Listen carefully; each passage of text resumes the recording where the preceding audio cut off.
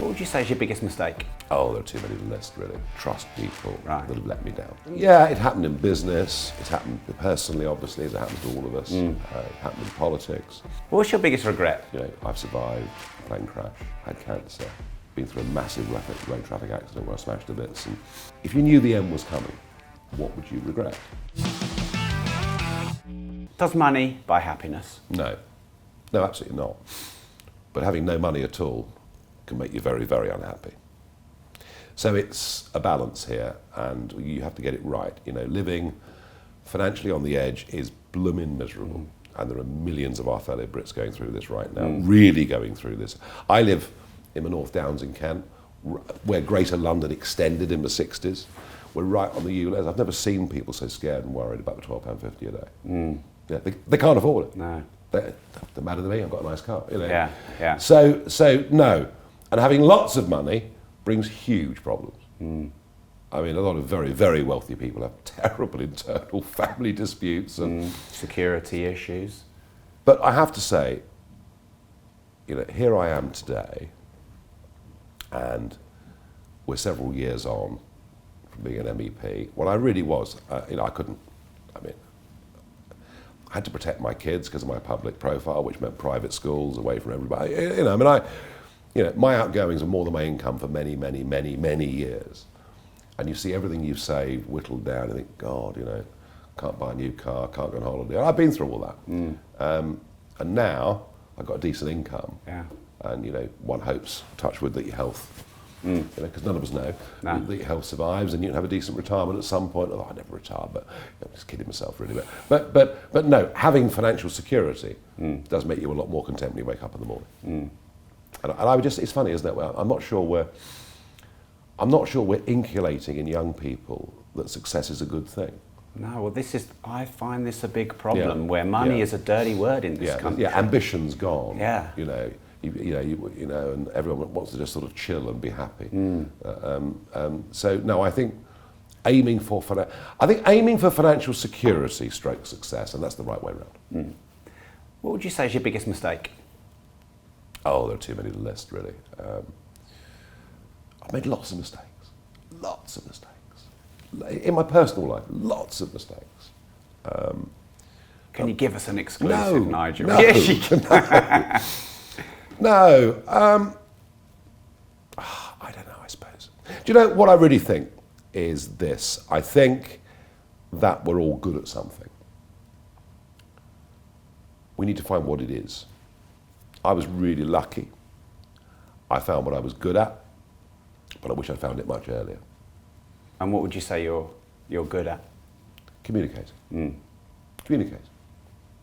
Being physically with people, or online, or whatever it is, but I think I'm good at communicating. And I think people, you know, when I say things, I think people say, well, we agree with him, we disagree with him, but you know what, he really believes it. And I think I wish I'd learned that skill earlier. I wish I'd known in my teens that was the thing that I was really good at, and I didn't. I found out later, so I've been fortunate. I think some people go through their lives and never find the thing they're good at. So I was fortunate, but I wish I'd discovered it earlier. Dale Carnegie, Warren Buffett, they both talk a lot about the ability to communicate and public speaking as their one of their major life skills. Do we teach public speaking at school? I bet we don't. Do we teach money properly at school? No, nothing. No. We're sending people out completely ill-equipped to cope with the world. You know? Yeah. Well, I don't want to. If I open that loop of the education system, we'll be here. And, So maybe we'll save that for another round. So keep going. Yes, but you didn't share a mistake. You politically. No, the biggest mistakes I've made in life are to trust people that have let me down. You know, and that happens in you. And has that made you more sceptical and hardened? Yeah, it happened in business. It's happened personally, obviously, as it happens to all of us. It happened in politics. And that's one of the most hurtful things in life. People that you trust, but then go behind your back and let you down. And I don't know. I suppose I'm very instinctive. I either like people or they don't, and I get it right sometimes. I mean, we have this thing called the Farage 7 out of 10 rule. As long as I'm right 7 times out of 10, we'll be okay. But the 3 can hurt. Yeah. No, do you know what? Actually, I'm still very trusting. I still probably say far too many things to people I don't know that well. Well, is that not a nice thing? Because I've also had my fair share of being screwed around or messed around, but I'm still a very trusting person. I quite like that about myself. No, I trust people too easily, but yeah, 7 out of 10. 3 in 10 are going to hurt you. Yeah. What's your biggest regret? I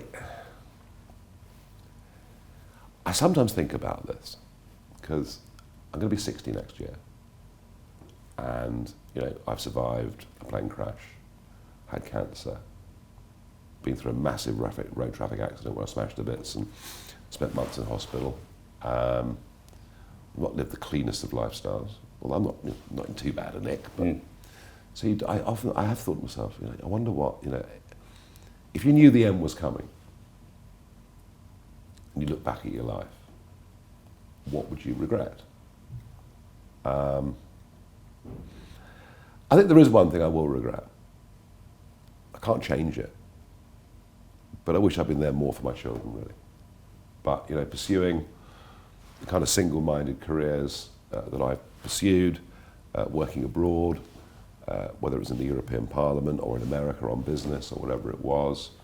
And I think, you perhaps wish you'd been able to spend. I mean, I still value very much the time I do spend with them. I still see a lot of them, the grown-ups, obviously. But I guess that's a regret. But I just don't think you can't do both. No. It's a problem that women face more than men, actually. Yeah, I think women have this terrible dilemma of being the main one responsible for bringing, which is the case in most households.